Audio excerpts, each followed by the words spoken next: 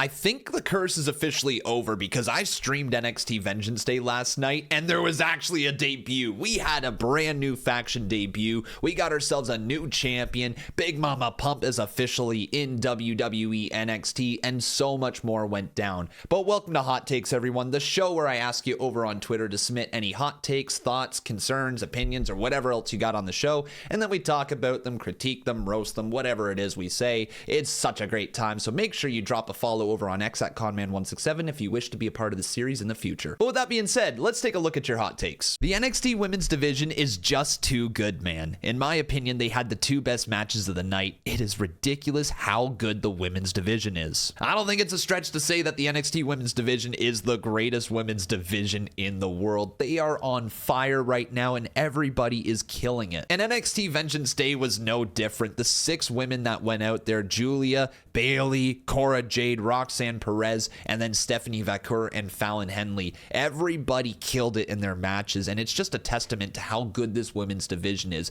But you want to hear something crazy? In the women's Fatal 4-Way, I thought Cora Jade, maybe had a lot to prove, but my goodness, did she ever step her game up. Cora Jade looked incredible in that Fatal 4-Way, and it got me thinking about the amount of talent we have in NXT. She was in there with Bayley, she is Cora Jade, Roxanne Perez, and of course Julia. Those are 3 of the best talents in WWE right now, and she didn't look out of place. It got me thinking how deep this women's division is. Take a look at these names and listen to the talent that NXT has. Adriana Rizzo, Ariana Grace, Cora Jade, Fallon Henley, Gigi Dolan, Julia, JC Jane, Jakara Jackson, Jasmine Nix, Carmen Petrovic, Kalani Jordan, Lash Legend, Lola Vice, Nikita Lyons, Roxanne Perez, Sol Ruka, Stephanie Vaquer, Tatum Paxley, Wendy Chu, Ren St. Clair, and Zarya. Oh my God. That is a stacked women's division, and it's only going to get better. If you've seen anything from WWE LFG, you know there is a bunch of talent coming on through.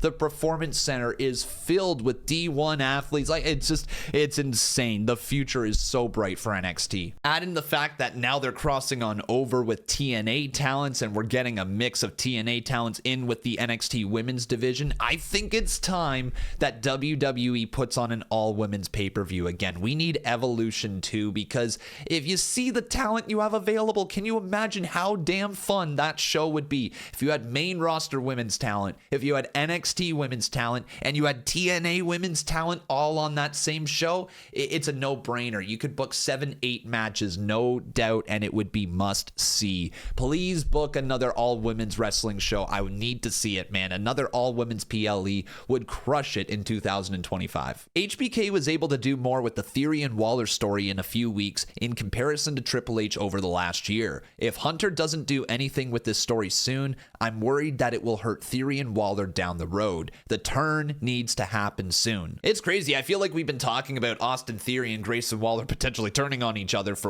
over a year now, and it really hasn't taken place. It's shocking that WWE hasn't featured this story on the main roster more, and that the main angle took place down in NXT around the NXT Championship. Now, I don't mind that WWE went in this direction of having Austin Theory and Grayson Waller face each other in a triple threat match, and it add some more dissension between them, or some more issues, if you will. It's not a bad idea, because at least it gives them a catalyst for their story. If, say, Grayson Waller turns on Austin or Austin turns on Grayson, at least there's something that the fans can sink their teeth into other than, hey, I just don't like my friend anymore. Yes, there's been multiple instances where Grayson Waller has been a little more selfish and Austin Theory hasn't received that very well, and there's also been moments that Grayson Waller isn't too thrilled with Austin Theory. So there is a bunch of layers to this story, but that's what you need in a good tag team breakup. You don't build a tag team for a year and then just break them up and then build into a single storyline between them. No, you need substance. You need something that the fans are going to be able to buy into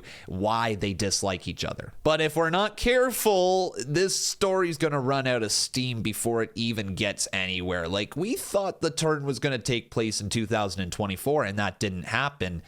it probably needs to take place this year right after WrestleMania. It's not a program that you're going to have a big split on the road to WrestleMania unless you want to have a singles match between Grayson Waller and Austin Theory at WrestleMania. I can see them competing for a singles championship in some sort of multi-man match as opposed to just being against each other, and then more issues come out of that match. Maybe Grayson Waller prevents Austin Theory from picking up the win. Maybe the turn actually happens at WrestleMania this year in said multi-match. We'll see, but you're absolutely right. The turn needs to happen this year. It needs to happen sooner rather than later because we've been waiting for a long time, man. Let's push babyface Austin Theory. Austin Theory showed tonight why he can still be the next big thing in WWE. He had a great showing tonight and in my opinion was the MVP of that match. Austin Theory still has a ton of untapped potential and I truly believe that WWE wants him to be a big star of the future. It's just they don't see him as that star right now, and as a result, he's had to work his way back up the card. One thing Austin Theory didn't benefit from was the new regime coming into WWE. He was very much a part of the old regime. He was handpicked by the old man, and he was being presented in a big-time way thanks to this massive push from behind the scenes. When Triple H came on into WWE, I don't know if there was a conversation that said, hey, kid, you got to earn your stripes, so you're going to work your way right back up the card because people don't want to see you at the top of the card right yet. And if that's the case, it worked because now here we are talking about Austin Theory saying, hey, he needs to turn babyface because we like the man. At one point in time, people despised Austin Theory. He had almost go away heat from the crowd, but he continued to persevere and he pushed his way back up that card. When the time comes, Austin Theory is going to break out as a big-time star. I truly believe that because there's so many different players going on in WWE, so many moving parts, but when you look at how they're positioning for the future, it really does feel like it's going to be like a Braun Breaker, Jacob Fatu, Ludwig Kaiser, maybe Gunther still will be in that fray, and then Austin Theory feels like he is going to be part of that, along with like a Carmelo Hayes, right? That's like the next generation coming up. And it really does feel like he's going to be a big part of that. So it's only a matter of time for Austin Theory. He's too damn talented, and the NXT title match showed how good he is and that he can absolutely work a main event style match. Fraxiom are the best tag team since 2020, and we've seen the Usos, New Day, etc. But man, Fraxiom are incredible. Yeah, all credit in the world to Nathan Frazier and Axiom for making this tag team something special, because let me tell you, when they first formed, I really wasn't that into it. I was like, oh, cool. Couple dudes who are going to move quick around the ring, but like I didn't see them going on to be one of the greatest tag teams in NXT history. They are getting closer and closer to the all-time reigning tag team championship record, which is held by the Ascension. I personally think that WWE and NXT are going to push Fraxiom to be the longest reigning NXT tag team champions in history. But nobody cares about the Ascension having that record anymore. WWE needs to erase it and put it on somebody and another tag team that honestly deserves it. I'm not saying the Ascension didn't deserve it for what they did for the tag team division back then in NXT Black and Gold, but Fraxiom took this to a whole other level, produced banger matches after banger matches with a whole wide range of talent and different tag teams, and matches that you really didn't expect to be that good that were amazing. They have crushed it as the tag team champions in 2024. I think they'll continue to crush it in 2025, and I don't see them losing those titles anytime soon. Roxanne is going to the main roster now. Yeah, it certainly feels like Roxanne Perez is done with NXT. She wrapped up her career down there and put a nice little bow on it, putting over the NXT champion Julia in that incredible Fatal 4-Way main event at NXT Vengeance Day. Roxanne Perez is going to crush it on the main roster. We saw her in the Royal Rumble, and she was the runner-up in the Royal Rumble. Big things are in store for Roxanne Perez, and this is just the start of her career, which is incredible to think about. She is going to win a lot of championships in WWE, and the fact that she's, like 25 years old or something like that? Okay, come on. She's 23 years old. Are you kidding me? She's so good, and she's so young. She's going to win so many championships, so much gold. Screw it. Put the women's Money in the Bank contract on her this year. She deserves it. Hell, have her be women's women's Queen of the Ring winner, whatever. Just push her to the moon. She needs to win that women's IC championship. You know what? Make Roxanne Perez the belt collector this year. Have her win the tag titles, women's IC championship, women's United States championship, both women's championships, Money in the Bank, Queen of the Ring, all of it. Give it all to Roxanne. Like, the future is so bright. That's ridiculous. Between Tiffany Stratton, Roxanne Perez, Lyra Valkyria, and everybody coming up from NXT, the list goes on and on. I literally named all those superstars that are in NXT earlier in the video. Like, this division is so damn deep. The women's division on the main roster might end up being the best division in the entire world if all this great talent continues to move on up and get more and more popular. It's insane the level of talent that they have. I do wonder what Roxanne Perez's WrestleMania match is going to be, so let me know if you have any ideas down in the comments. It would be kind of cool if it was Roxanne Perez versus Lyra Valkyria for that women's IC championship. I don't feel like that would be too much too soon for Roxanne, and it would be a big win at WrestleMania if she was able to win the title. So, yeah, it would be cool. Let me know, what do you think Roxanne Perez's WrestleMania match is going to be? This era of NXT has surpassed the black and gold era. Simple as that. So you see, I was a giant fan of NXT black and gold. In fact, it was that promotion that really made me become a diehard wrestling fan. Being exposed to more than just the main roster in WWE really opens your eyes to what pro wrestling can look like. And NXT black and gold was so special because it really was like the independents just blown up in a WWE way. They brought in all this great talent from the indie scene, and they produced great matches, great stories in black and gold NXT. So much so to the point that I loved NXT black and gold more than I did the main roster. Granted, the time from like 2017 to 2019 in that range wasn't always the best WWE TV, so it was easy to start watching more NXT as a result and get more into the characters that they had. But even before that, even before the Undisputed Era and all them came through, even before Finn Balor, like watching Neville against Bo Dallas in NXT was incredible. Watching the rise of DIY as a tag team was so much fun. Revival was there as a tag team. CJ Parker, Kevin Owens' debut, Sami Zayn beating Neville for the NXT championship. I could go on and on. Tyson Kidd was awesome in NXT black and gold. There was so many great moments from it that hold a special place in my heart that I can't objectively say that this era is better than NXT black and gold. A lot of people have that when it comes to pro wrestling, right? They watch a certain era in a certain time period of their life. It's usually when you just really get into pro wrestling and you latch onto a certain set of characters. NXT Black and Gold was those set of characters for me. I was so invested in every single champion that came along. Andrade, Malachi Blackwell, Aleister Black, Shinsuke Nakamura, Bobby Roode, Samoa Joe, Finn Balor, of course. Man, there's so many great champions that came through. You can't forget Keith Lee. You can't forget Adam Cole, baby. Oh my God, man. I'm going back through memory lane right here, and I loved NXT Black and Gold. And the day that NXT kind of died, you could kind of say for me, was NXT 2.0, when they went in a completely different direction. And ever since then, I struggled to really get back on board with NXT. But I do have to admit, when they moved away from NXT Black and Gold to NXT White and Gold now, if you want to call it that, the product improved significantly. There was a lot more focus on the characters and going back to its roots of being a developmental, but a developmental that had damn good stories. And that's where we're at right now. What I will say, though, is while I enjoyed the rise of the Four Horsewomen as well in NXT, and I enjoyed the rise of Asuka, Ember Moon, and others in NXT, this NXT women's division clears it, and it's not even close. The men's division, I can't confidently say is better than what Black and Gold was producing. I like Trick Williams.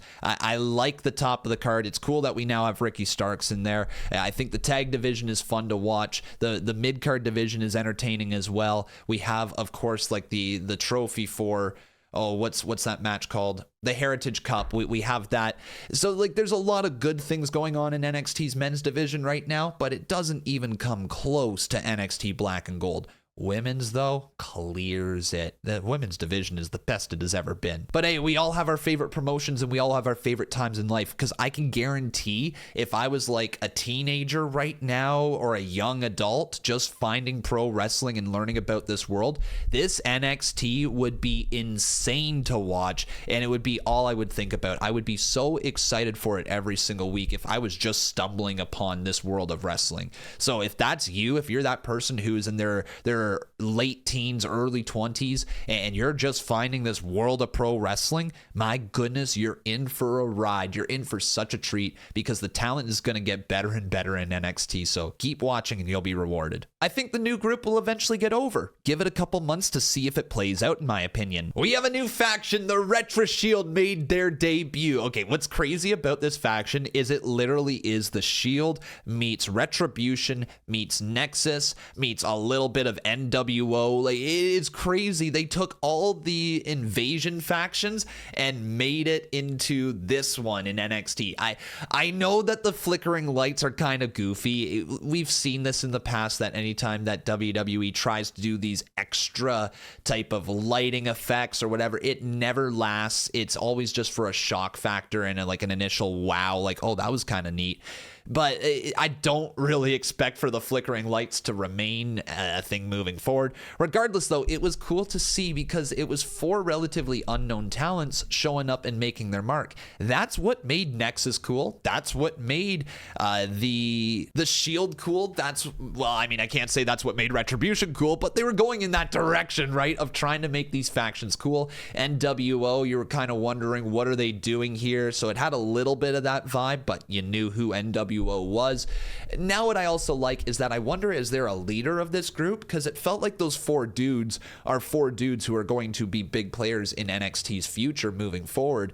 But it felt also like they need a leader. I was slightly expecting Ricky Starks to be revealed as the leader of this group, and it might still be. I'd love it for those lights to hit on Tuesday and for the lights to go down and pop up and it's just Ricky right there with the group behind him. I think that would look really, really cool, and it would give Ricky Starks an immediate push into the main event scene. Similar to how when Adam Cole made his debut in NXT, he had the Undisputed Era show up with him right after that. Literally on the same night, Undisputed Era, Red Dragon showed up first, and then Adam Cole showed up to attack Drew McIntyre, the new NXT champion, right? It has those same sort of vibes as well. So I could also see them getting a big time leader who could go after the NXT championship, because no offense to the 4 men in the group, none of them right now feel like they are going to be the NXT champion, except for maybe Dion Lennox. But also, they're still really new to NXT, so it's far too early to tell what their top end potential is.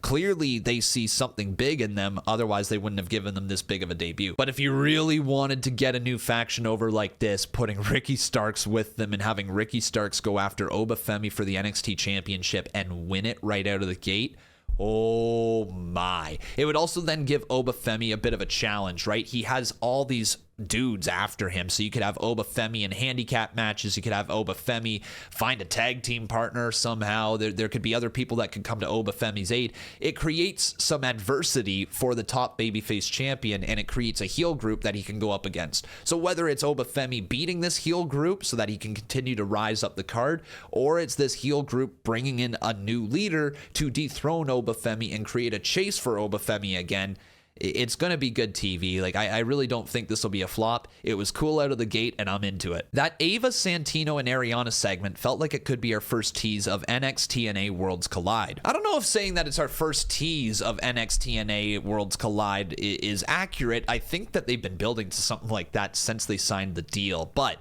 it is cool to see Santino Marella on WWE NXT TV with his daughter in Ariana Grace, and of course Santino Marella being the director of Authority, and you had the Authority in Ava right there. Maybe there's a deal being struck between the two, and maybe we will see a PLE in the near future. A Worlds Collide PLE between TNA and NXT is just good business, just smart business, and eventually it needs to happen over the course of their partnership. I don't know if you rush into it right now because they're really trying to build up TNA in the eyes of NXT fans, and you don't really want to bury TNA right out of the gate when you just established this new partnership. So building up the characters, getting people more familiar with certain characters in TNA will go a long way. But eventually you can have massive matchups. Like, I know we're already teasing Fraxiom versus the Hardy Boys, but like, there's so many more matches there. Like Masha Slamovich versus Julia would be really cool if you wanted to do champions versus champions. That's definitely there.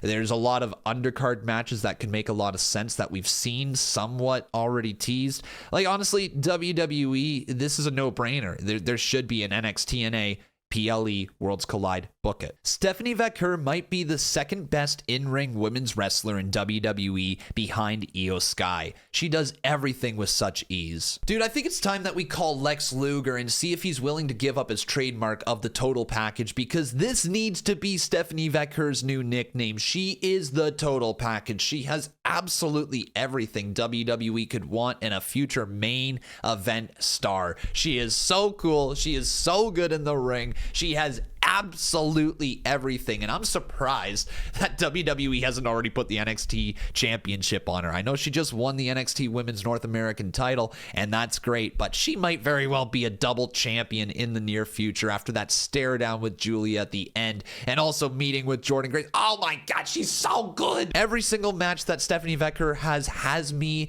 just glued to the screen, and I'm not the only one. There is something about Stephanie. The term aura gets tossed around a lot in pro wrestling, but Stephanie Vaquer has aura. She makes you pay attention to her. That's what a star does, and it's only a matter of time before she wins that NXT championship, before she's on the main roster, and before she's tearing it up with the likes of Charlotte Flair, Rhea Ripley, Liv Morgan, Io Sky. The list goes on and on and on. There's so many great talents available for her to fight on the main roster that, my goodness, oh my, can you just imagine Mommy Rhea Ripley versus Stephanie Vaquer? Can't say enough good things about Stephanie. If you haven't checked her out already, go out of your way to watch her matches. It is absolutely must-see television. Trick needs to turn heel. So we've seen Trick Williams in NXT for a little while now, and I'm starting to wonder, why isn't he being called up to the main roster? If we take a look at his projection and where he was going with his career, it looked like he was going to be in the Royal Rumble. He had lost the NXT championship to Obafemi. He had done basically everything he could in NXT. He was a two-time NXT champion. This man had done it all. He had a great feud with Carmelo Hayes. The fans are so behind him. He's got a catchphrase. He looks like $1 million. He can work. Like, he can speak on the microphone. Like, why wouldn't he be called up to the main roster? It might be because he's turning heel. If we think about it, Braun Breaker went through the exact same thing in NXT, where he was labeled as the future of WWE as a babyface star, but they wanted to see what more Braun Breaker had to offer, and you can't untap that potential